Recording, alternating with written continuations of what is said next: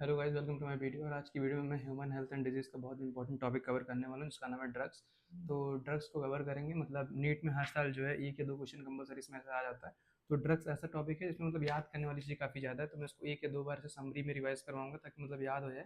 और उसके बाद फिर मतलब इसको एक बार करते हैं। तो ड्रग्स जो होता है उसको मतलब तीन पार्ट में डिवाइड करते हैं: ओपियोइड्स, कैनाबिलॉइड्स और स्टिमुलेंट। तो सबसे पहले आप देखिए ओपियोइड्स में क्या क्या आता है। ट्रैंकुलाइजर्स आते हैं, ठीक है। इसमें मतलब ट्रैंकुलाइजर आते हैं। ट्रैंकुलाइजर को तीन पार्ट में डिवाइड, मतलब ट्रैंकुलाइजर का प्रॉपर्टी होता है एनेस्थेटिक होता है, डिप्रेसेंट होता है और स्लीपिंग ड्रग होता है, ठीक है। मतलब इसको स्लीपिंग ड्रग्स के तौर पे भी यूज़ करते हैं। मतलब जैसे आपको सुलाने के लिए इसको मतलब एक प्रॉपर एक मेडिसिनल पर्पज में इसको यूज़ करते हैं। स्लीपिंग ड्रग्स बोलते हैं। इसका एग्जाम्पल आपको याद रखना है: बेंजोडायजेपाइन, इसको वैलम बोलते हैं, और बारबिटूरेट। वैलम जो होता है वो एनजाइटी को कंट्रोल करता है, इंसोम्निया को कंट्रोल करता है और साइजोफोर्निया को कंट्रोल करता है। और इसका मैकेनिज्म जो है वो गावा में, मतलब ब्रेन में गावा को इंक्रीज करता है ये। तो आपको ट्रैंकुलाइजर में इतनी चीज़ें याद रखनी है कि ये एनेस्थेटिक होता है, डिप्रेजेंट होता है और स्लीपिंग ड्रग के तौर पे यूज़ करते हैं। और इसका एग्जांपल है बेंजोडायजेपाइन और बारबिटूरेट। और इसका मैकेनिज्म क्या होता है कि इसको मतलब ब्रेन में गावा के लेवल को बढ़ा देता है। और जो बेंजोडाइज़ेपाइन है ये एंग्जायटी, इंसोम्निया और साइज़ोफ्रेनिया को कंट्रोल करता है। तो ट्रैंकुलाइजर में आपको बस इतनी चीज़ याद रखनी है: एनेस्थेटिक, डिप्रेजेंट, स्लीपिंग ड्रग। और इसका एग्जांपल बेंजोडाइज़ेपाइन और बारबिटूरेट। और मैकेनिज्म इसका है कि गावा को बढ़ा देता है। उसके बाद हम दूसरा पढ़ेंगे ओपियोइड्स। ओपियोइड्स क्या करता है? ओपियोइड्स नारकोटिक्स का यूज़ करता है, नारकोटिक्स का यूज़ करता है और सेडेटिव होता है, डिप्रेजेंट होता है, एनाल्जेसिक होता है और यूफोरिएंट होता है। तो आपको ओपियोइड्स में याद रखना: नारकोटिक, सेडेटिव, डिप्रेजेंट, एनाल्जेसिक और यूफोरिएंट। और इसका आइसोलेट जो होता है वो पैपेवर सोमनीफेरम है, ओपियम पोपी इसको बोलते हैं। और ये इसमें 20 एल्कोलाइड्स होते हैं, 20 एल्कोलाइड्स होते हैं। इसको मतलब ओपियम पोपी नाम का एक प्लांट होता है, उसका डेरिवेटिव होता है ये। तो वहाँ से ऑप्टेन करते हैं इसको, ओपियोइड्स को। तो ट्रैंकुलाइजर में आपने याद रखा है एनेस्थेटिक, डिप्रेजेंट, स्लीपिंग ड्रग। इसका एग्जांपल याद कर लिया अपने बेंजोडाइजेपाइन और बारबिटूरेट। और इसका मैकेनिज्म गाबा में यूज़ होता है। ओपियोइड में आपने याद कर लिया कि मतलब नारकोटिक्स होता है, सेडिएटिव होता है, डिप्रेजेंट होता है, एनाल्जेसिक होता है और यूफोरिएंट होता है। और फिर इसको आइसोलेट करते हैं पेपिवर सोमनीफेरम से, लेटेक्स। और फिर इसमें 20 एल्कलॉइड होते हैं और इसको ओपियम पोपी से डेरिवेट करते हैं। उसके बाद अगर आपको मतलब इसमें पढ़ना है तो इसके चार पार्ट हैं: मॉर्फिन, कोडिन, हीरोइन और स्मैक।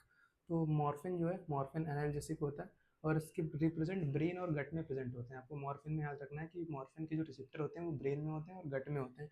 तो मॉर्फिन एनाल्जेसिक होता है और पेन किलर के तौर पे भी मॉर्फिन को दिया जाता है। मतलब किसी को पेन हो रहा हो तो नॉर्मल, अगर बेसिस पे नॉर्मल आदमी हर रोज़ पेन किलर खाता है तो उसको मतलब पेन किलर के बहुत सारे साइड इफेक्ट होते हैं, और जो मॉर्फिन होता है वो साइड इफेक्ट लेस होता है।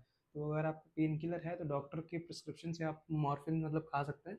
मॉर्फिन एनाल्जेसिक होता है, मतलब पेन किलर होता है। इसके रिसेप्टर ब्रेन और गट में प्रेजेंट होते हैं। आपको याद रखना, ये क्वेश्चन पूछा जा चुका है। और फिर कोडिन जो होता है वो इसकी मिथाइलेशन से बनता है, मिथी मॉर्फिन बोलते हैं इसको। और एक कफ सिरप में यूज़ होता है, खांसी वगैरह की जो सिरप बनती है उसमें कोडिन का यूज़ होता है। और हीरोइन जो होता है ये डाई मॉर्फिन की डाई एसिटिलाइजेशन से बनता है। और फिर स्मैक जो होता है वो मतलब हीरोइन से प्रोड्यूस किया जाता है, ब्राउन शुगर में यूज़ किया जाता है। और इसको स्नॉर्टिंग और इंजेक्शन के मेथड से भी ले सकते हैं, और स्मैक के वाइट क्रिस्टल भी बनते हैं। तो आपको मॉर्फिन, कोडिन, हीरोइन और स्मैक में क्या याद रखना है: मॉर्फिन सबसे पहले पेन किलर के तौर पे यूज़ होता है, ये याद रखना है। उसके बाद फिर इसकी रिसेप्टर ब्रेन और गट में प्रेजेंट होते हैं। उसके बाद फिर कोडिन में आपको याद रखना है कि इसको मेथीमॉर्फिन बोलते हैं। और उसके बाद फिर कफ सिरप में यूज़ होता है, कोडिन में याद रखना है। और हीरोइन में डाई एसिटाइलेशन ऑफ मॉर्फिन होता है हीरोइन। और स्मैक में मतलब ये हीरोइन से प्रोड्यूस होता है स्मैक, ब्राउन शुगर इसको बोलते हैं। और फिर स्नॉटिंग और इंजेक्शन की तरह लिया जाता है, और वाइट क्रिस्टल होते हैं। एक बार फिर से रिवाइज करेंगे। इसमें मॉर्फिन, कोडिन, हीरोइन और स्मैक। मॉर्फिन जो होता है इसके रिसेप्टर ब्रेन में और गट में प्रेजेंट होते हैं, पेन किलर के तौर पर यूज़ किया जाता है। और कोडिन जो होता है वो मैथीमॉर्फिन होता है और फिर कप सिरप में यूज़ किया जाता है। उसके बाद फिर हीरोइन आ गया, ये डाई एसिटाइलेशन ऑफ मॉर्फिन होता है। उसके बाद फिर स्मैक आ गया, स्मैक को ब्राउन शुगर बोलते हैं। और फिर उसके बाद फिर इसको स्नॉटिंग और इंजेक्शन की तरह लिया जा सकता है, और ये हीरोइन से प्रोड्यूस होता है। उसके बाद फिर अगर स्टिमुलेंट की बात करें तो स्टिमुलेंट में आपको क्या क्या पढ़ना है: कोकेन पढ़ना है, टोबैको पढ़ना है और एम्फेटामाइन पढ़ना है।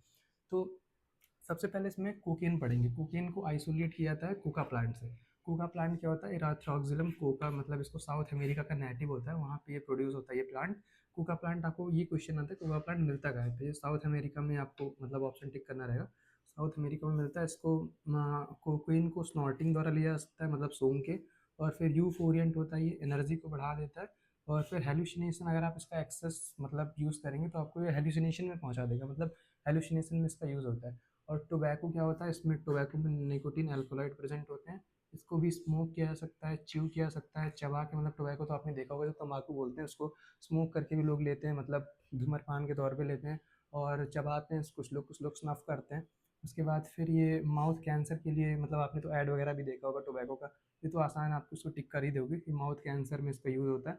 और ये इसका एक्सेस यूज होता है वो ग्लूकोज के लेवल को बढ़ा देता है, और स्मोकिंग जो होता है वो आपके ब्लड में कार्बन डाइऑक्साइड बढ़ाता है, इससे लंग कैंसर होने के चांस बहुत ज़्यादा होते हैं। तो सबसे पहले आपने क्या पढ़ा, मैं आपको इतना रिवाइज करा देता हूँ। बट ट्रैंक्विलाइजर में क्या होता है, एनेस्थेटिक होता है, डिप्रेसेंट होता है, स्लीपिंग ड्रग होता है। इसका एग्जांपल सबसे पहले आपने पढ़ा बेंजोडाज़ोपाइन और बारबिट्रेट। और इसका मैकेनिज्म क्या है कि ये ब्रेन में गावा को बढ़ा देता है।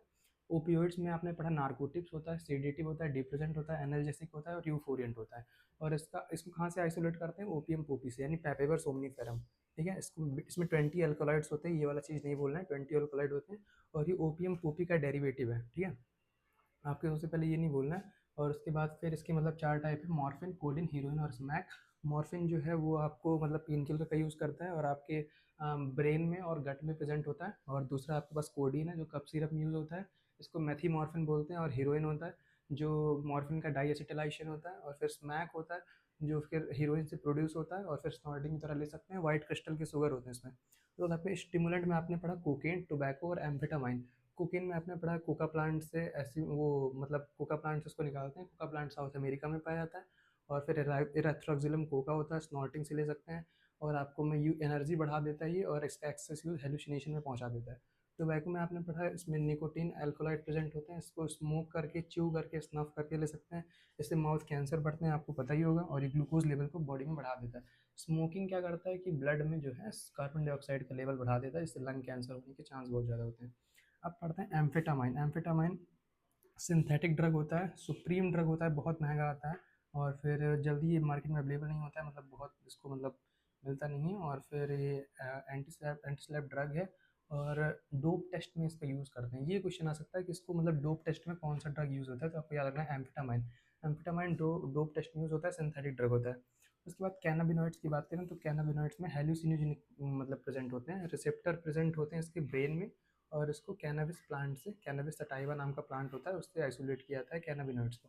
ठीक है, इसके 4 एग्जांपल आपको दिए गए हैं, मारिजुना, भांग, गांजा, चरस और हरस। मारिजुना जो होता है वो एक्टिव इंग्रेडिएंट होता है, ड्राइड फ्लावर आपको याद रखना है। भांग के लिए फ्रेश लीव्स होती हैं, तो आपको गाँव में अपने भांग वांग के पौधे देखेंगे, फ्रेश लीव्स होती हैं। गांजा जो होता है वो फीमेल इन्फ्लोरेसेंस को दिखाता है। और चरस जो होता है वो रेनिसुस एक्सट्रैक्ट को दिखाता है। तो एम्फेटामाइन में आपको याद रखना है सबसे पहले महंगा ड्रग होता है, सिंथेटिक ड्रग होता है, सुप्रीम ड्रग होता है। और उसके बाद फिर डोप टेस्ट में इसका यूज़ करते हैं। कैनाबिनॉइड्स में आपने हेलुसिनोजेनिक होता है, ये आपको याद रखना है। और फिर कैनाबिनॉइड्स कहाँ से एक्वायर करते हैं, कैनबिस सटाइवा नाम के प्लांट से। इसमें आपको ये 4 चीज़ें रखना है, मेरिजुना, भांग, गांजा, चरस और चरस और हसिस एक ही चीज़ को बोलते हैं, चरस या हसिस इसको बोलते हैं। मार्जुना, भांग, गांजा और चरस। मार्जुना एक्टिव इंग्रेडिएंट होता है, ड्राइड फ्लावर्स होते हैं। भांग में फ्रेश लीव्स होती हैं, गांजा में फीमेल इन्फ्लोरेसेंस होता है और चरस में रेसिनस एक्सट्रैक्ट होता है। तो 2 से 4 बार आपको इस चीज़ को रिवाइज करना है, मतलब 1-2 क्वेश्चन पक्का इसमें कंफर्म है। और फिर मैं इसकी पीडीएफ आपको प्रोवाइड कर दूंगा, 1-2 बार आप पूरा एक बार रिवाइज कर लीजिएगा। बाकी मिलते हैं अगली वीडियो में, कुछ और डिटेल पढ़ कर आते हैं।